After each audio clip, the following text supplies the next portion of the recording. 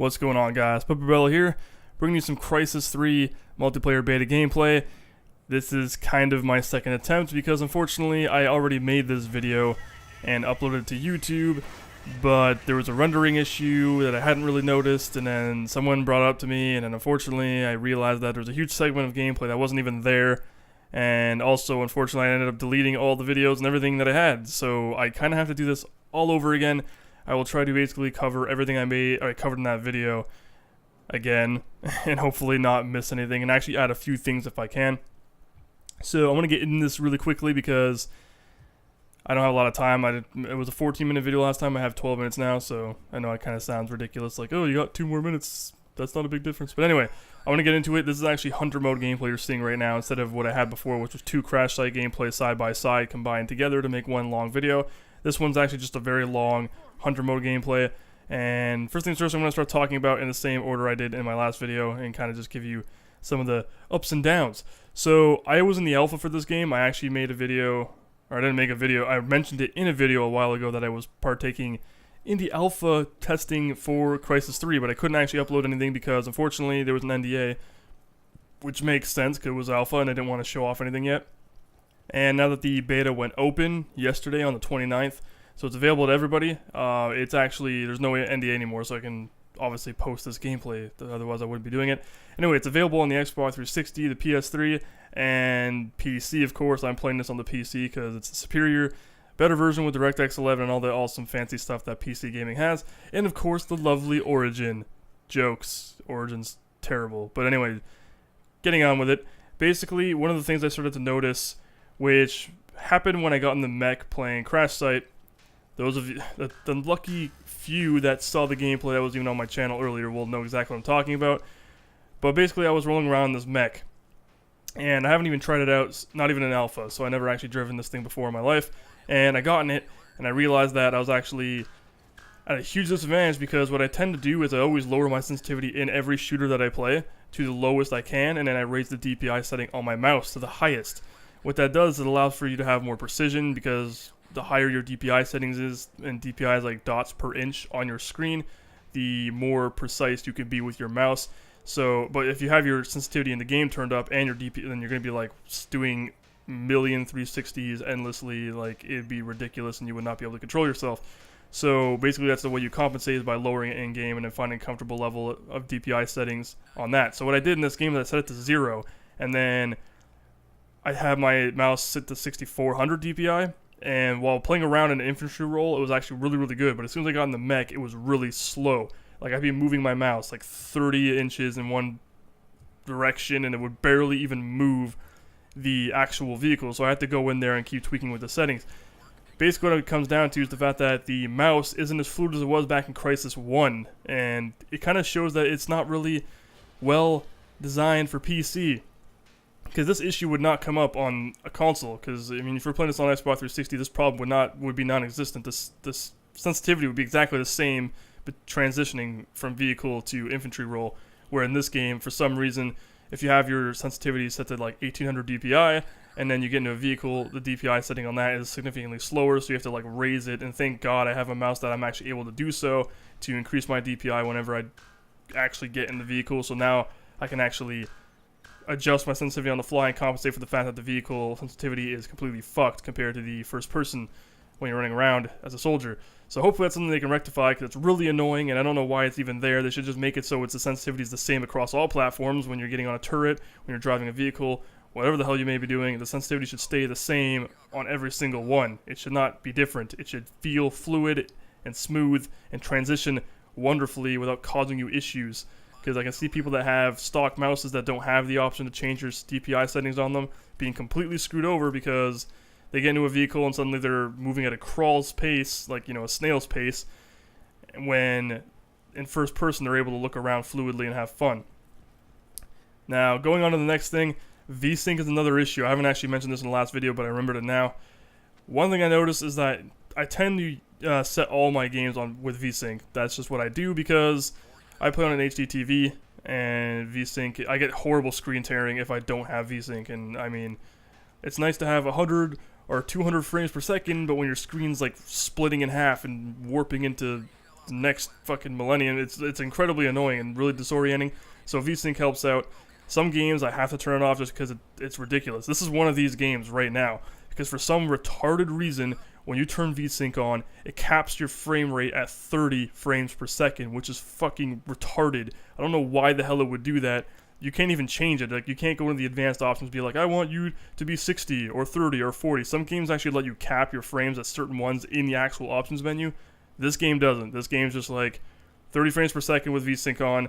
It feels like you're fucking playing on a really slow computer for some reason, because 30 frames in this game feels like you're fucking crawling, slideshowing through the entire game. And even at 60 frames per second, sometimes it hiccups and feels like you're playing at a really low frame rate, which is just weird, completely bizarre. But that's just the way it is. It's incredibly annoying. Hopefully they can fix that, or at least change it or something, or give you options to increase or maneuver or adjust the frame rate to what you would want. Because, I mean, the refresh rate, it's supposed to match the refresh rate of your monitor, not the refresh rate or a cap in the game, which most people do sometimes because, like, there's issues like that. Like, I know Far Cry 2 was one of those games where if you didn't cap it at 60 or 59, you would get horrible stuttering issues, and anything above that would just completely obliterate your performance, even though you were getting good frames and your computer can output the frame rate. It just had stuttering issues that were just ridiculous, and you couldn't resolve it unless you did that. Some games I can understand capping your frame rate, but I mean, for this, there's no excuse. You should be able to actually play the game at 60 frames per second using VSync. It should match your monitor, and hopefully they can rectify that problem as well. So I probably should have mentioned this earlier, but basically what they actually included in the beta this time around is you got two new maps. You got Airport and you got Museum. I'm playing on Airport right now, and Museum is another map that was actually in Alpha, which was the one I played on the most. So I'm pretty sure it was the only map in Alpha. I don't remember if there was another one. And playing Crash Site on that's a lot of fun, but Airport's a lot of fun for actually playing Hunter mode. So I'm going to get into that now. Hunter mode is actually one of the newer game modes in Crysis, in the Crysis genre. If you actually played Far Cry Instincts back on the original Xbox, which I have, I actually loved that game to death. It's incredibly similar to Predator mode back in Far Cry Instincts.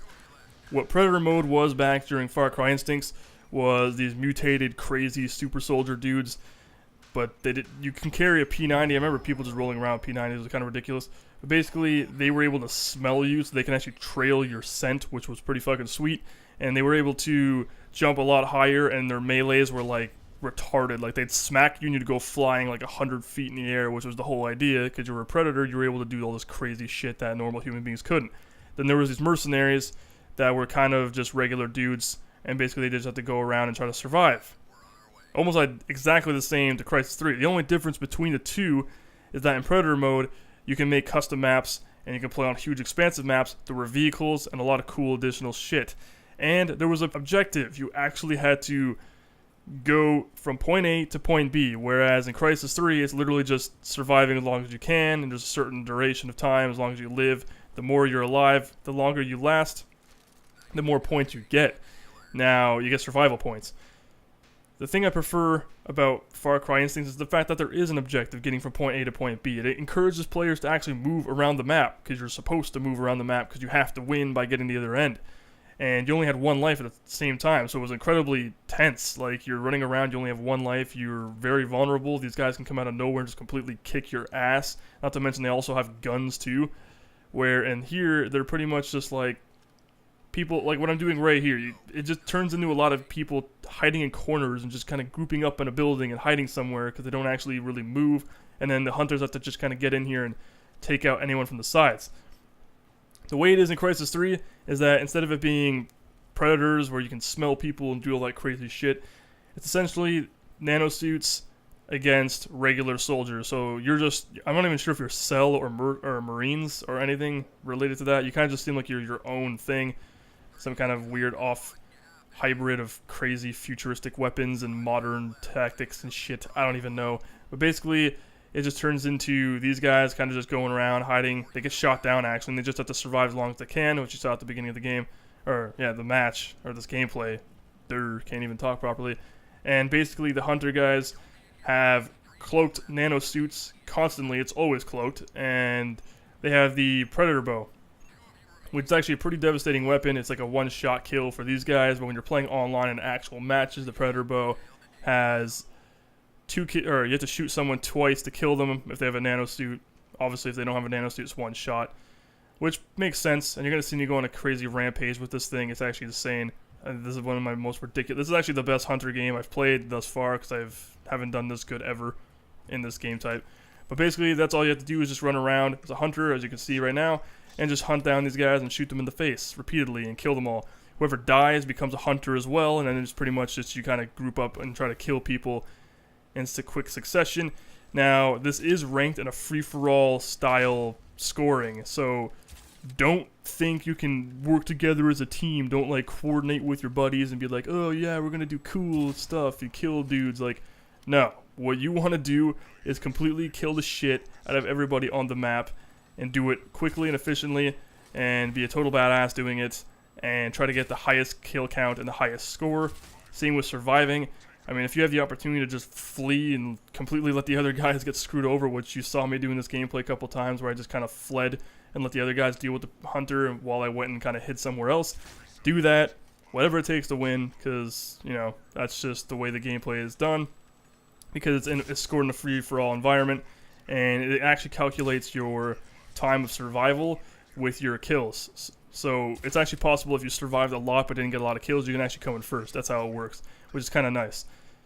That's a huge difference from Crysis 2. It's a huge improvement. The performance and everything is a lot better, because I remember playing Crysis 2 even after Alpha, and I could see that the frame rates and the performance and the optimization wasn't nearly as good as Crysis 3. Crysis 3 is a huge push forward in terms of optimization and playability. It's a lot nicer. It's a lot more fluid. The gun mechanics, everything is a lot smoother, a lot better than it was during Crysis 2.